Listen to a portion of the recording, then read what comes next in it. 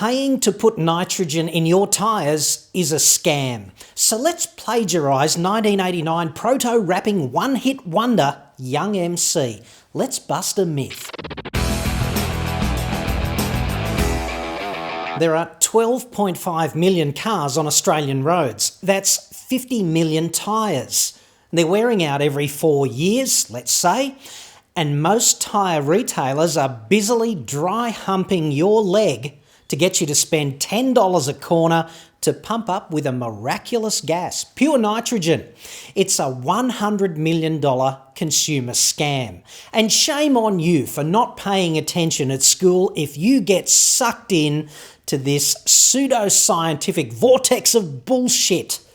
Here are the top 10 reasons why the nitrogen scam cannot be true.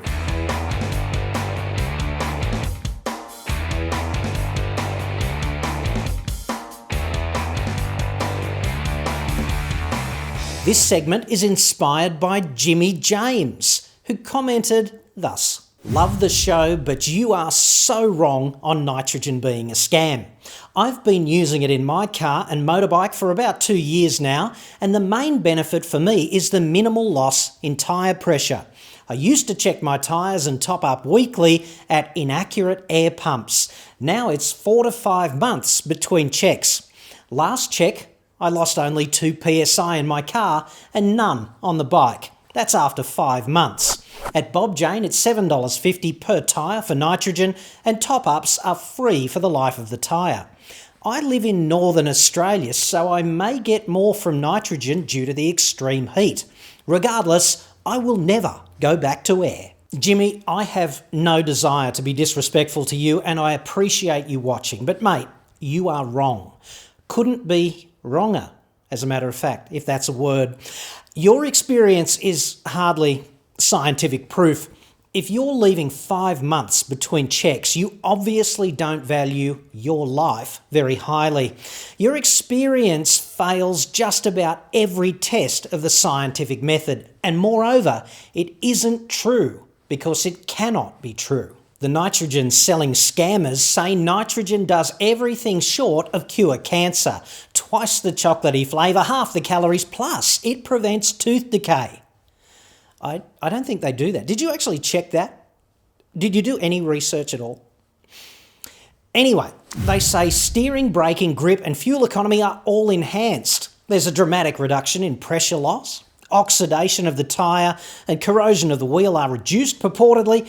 There are fewer and fewer blowouts and lower operating temperatures.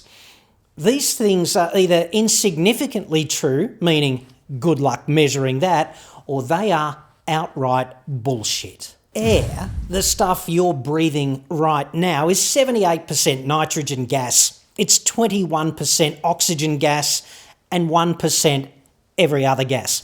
So let's break this down. The difference between pure nitrogen and air is only about 1/5 by absolute volume. If the 22% of air that's not nitrogen were completely malignant, plotting the overthrow of your tyres at every opportunity, the Malcolm Turnbull of gases, the maximum improvement on offer would be 22%. So if you need to top up every week, 7 days on air, then you'd need to top up every 9 days on nitrogen. The losses of pressure you were experiencing previously, Jimmy, were far more likely to be the result of poor tyre fitting or leaking valves. And how would you even really know at those, quote, inaccurate service station tyre pumps? At the molecular level, there is a difference in size between nitrogen gas and oxygen gas. Nitrogen's bigger, and bigger is better. The only people who say size doesn't matter are the ones with small gas molecules. Have you ever noticed that? Nitrogen retailers, assholes, say it's therefore harder for nitrogen to escape by permeating its way through the rubber matrix of the tyre, and there is inevitably some gas loss by permeation through that rubber. That does happen.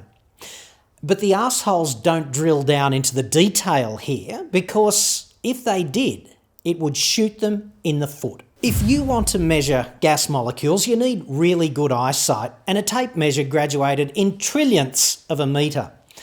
As it happens, a molecule of nitrogen gas is 300 trillionths of a metre across, and oxygen is 292. So nitrogen is only 2.7% bigger than oxygen. That's not much. Might as well be twins. We're certainly not talking Roseanne and Angelina here. But there is a slight difference in permeation through the tyre. Respected North American consumer advocacy agency Consumer Reports has done a credible nitrogen versus air permeation pressure loss test. That's a mouthful. They took 31 pairs of tyres and filled each pair, one with air and its matching twin with nitrogen, all filled to 31 psi and left outside for 1 year. Here's what they found. On average, the nitrogen-filled tyres lost an average of 0.042 psi every week. Air-filled tyres lost 0.067 psi every week. So here's what this means. Every 15 weeks, the air-filled tyres lost 1 psi, and every 24 weeks, the nitrogen-filled tyres lost 1 psi. And that means if you're losing more pressure than that, you've got a pressure integrity problem, not a gas permeation problem. You've got a leaky valve or poor sealing between the tyre and the rim, or poor structural integrity of the tyre or the wheel.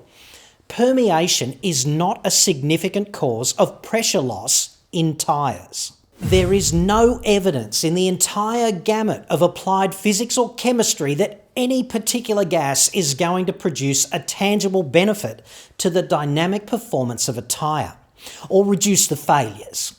Cornering, braking, steering, rolling, resistance, ride quality, they're all completely irrelevant to which gas you use. Pascal, the guy they named the metric units of pressure after, would be appalled at any suggestion that the type of gas made a difference.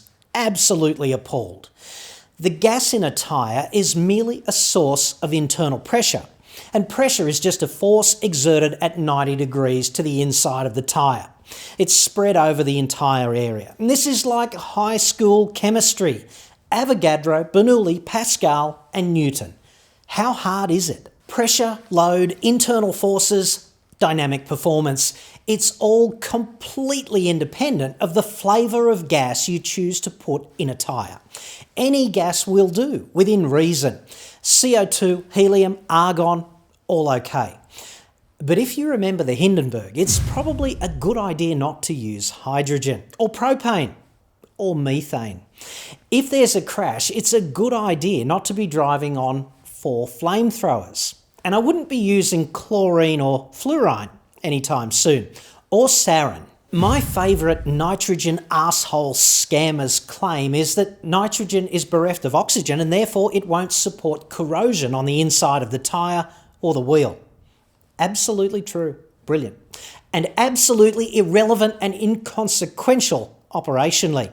The inside of the wheel is painted. And I've never heard of corrosion on the inside of a steel or alloy rim being significant in terms of the failure or longevity of that rim. Rubber certainly does oxidise, but internal oxidation of tyres is not a factor that affects tyre life. Nobody ever replaces tyres because of internal rubber corrosion. And let's not forget that the outside of the wheel and the tyre are both subjected 24/7 to the full 21% corrosive potential of oxygen in air. And they seem to do quite okay resisting corrosion. Another pseudo-scientific yet bullshit claim is that the pressure will be more constant in terms of the heat input. In other words, you'll get less of a pressure rise in the tyre for any given type of driving if you use nitrogen. Like oxidation, this is technically true, but operationally bullshit.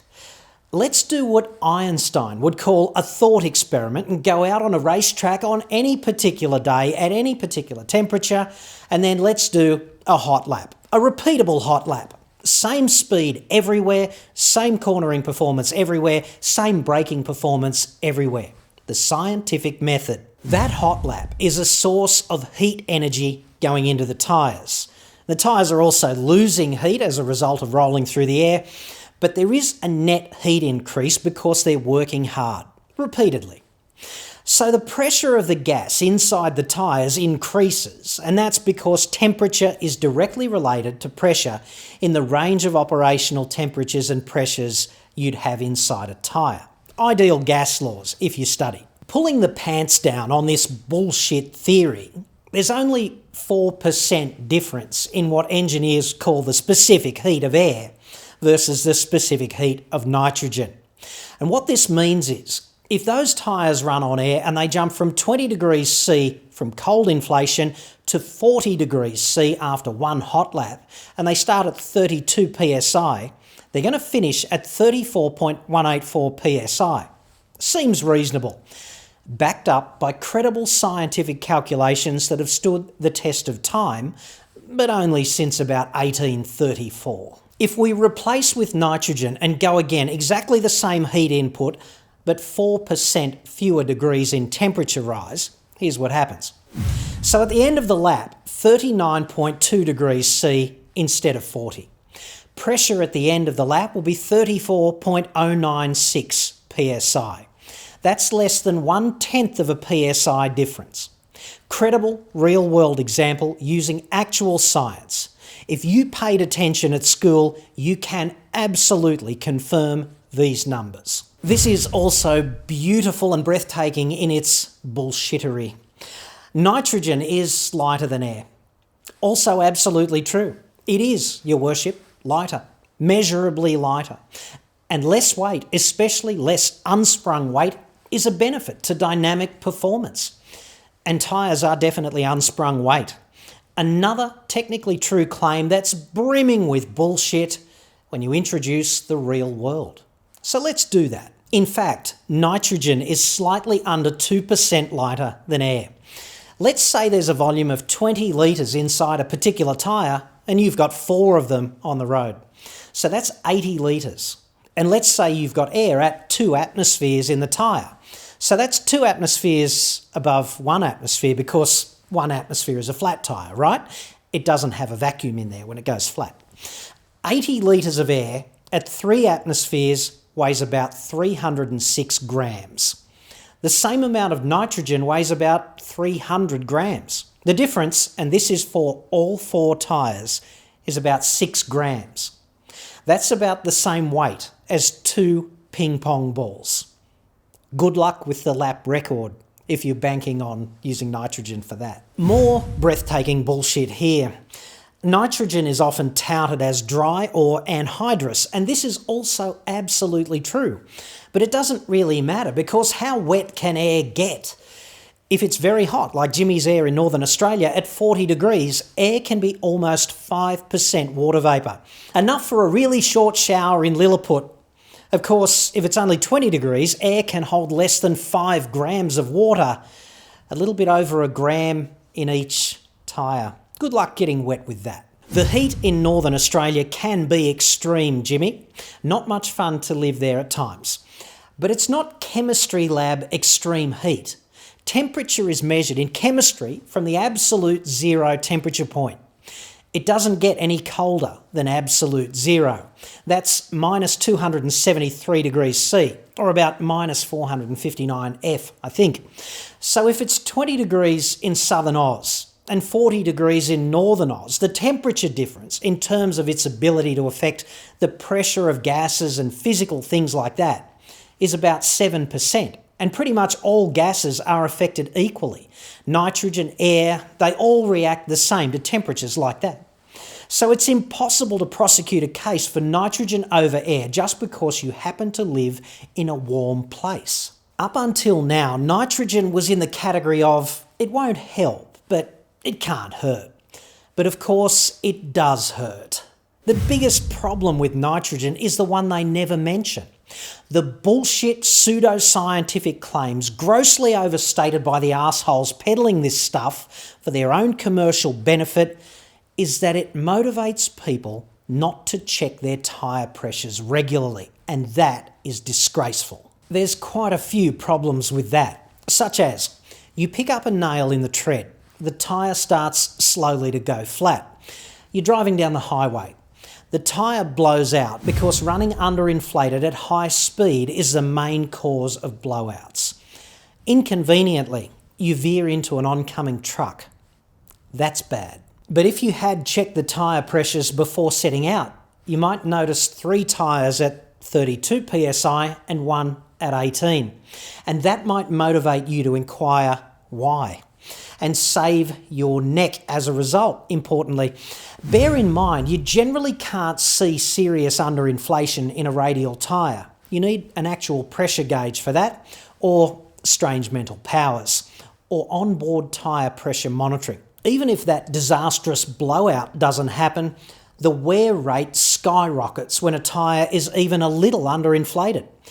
And if you've got one underinflated tyre, good luck executing a stable emergency stop or a swerve, avoid, recover manoeuvre around a child or one of those vermin from our coat of arms.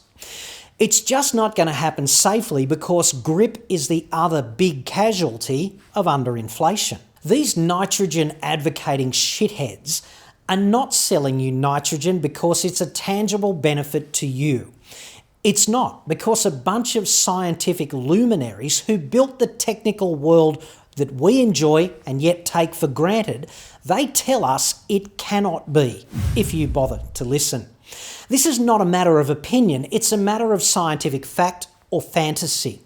You can believe nitrogen works if you want, but that view is up there with the sun rising in the west tomorrow morning. Nitrogen is not a benefit to you, it's a benefit to the shitheads selling it. It's a quick cash injection up front on top of those new tyres, and it keeps you coming back to the same retailer for more. Neat marketing, huh? The crack cocaine pushers do it exactly that way. The last thing these nitrogen snake oil selling mongrels want is for you to buy your next tyres elsewhere. And peddling this crap is a way of getting you back again and again. It's relationship building, and it's a house built on foundations of intelligence insulting bullshit. I'm John Cadogan. Thanks for watching.